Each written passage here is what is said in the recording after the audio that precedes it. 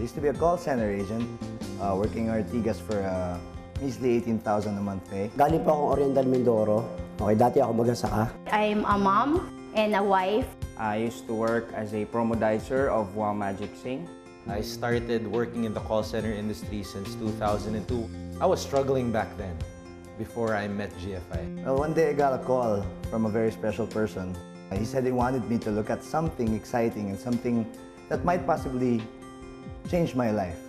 So, I gave it a shot. Na-invite ako dito ng kumpare ko, si upline na Rico Ruiz. I got invited by my best friend. Ang sabi sa akin, pwede daw kaming kumita, additional income. Kaya nung makita ko yung GFI, na-amaze ako na pwede pa daw akong kumita millions in less than a year. I encountered a lot of struggles, but they're all worth it. It starts here in the mind. Believe that I can do this business. Kailangan di ka hihinto, kailangan di ka titigil. Kahit anong hirap, dapat tutuloy ka. Lagi ako nakatingin sa reward na malapit na ako. When I'm switched on, it's like nothing matters but the goal.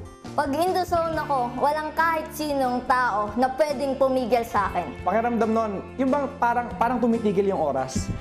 Parang gusto ko, yung moment na yon, lahat ng moment, gano'n na lang. Sobrang laki ng utang na loob ko sa Global Fusion kasi Kung tatanungin mo ako, kamusta ako ngayon, ang sagot ko lang sa'yo, isa lang, grabe. In 2 years ko sa GFI, sobrang nabago niya ako. Being in GFI helped me open up to a whole new different world, which I never knew before.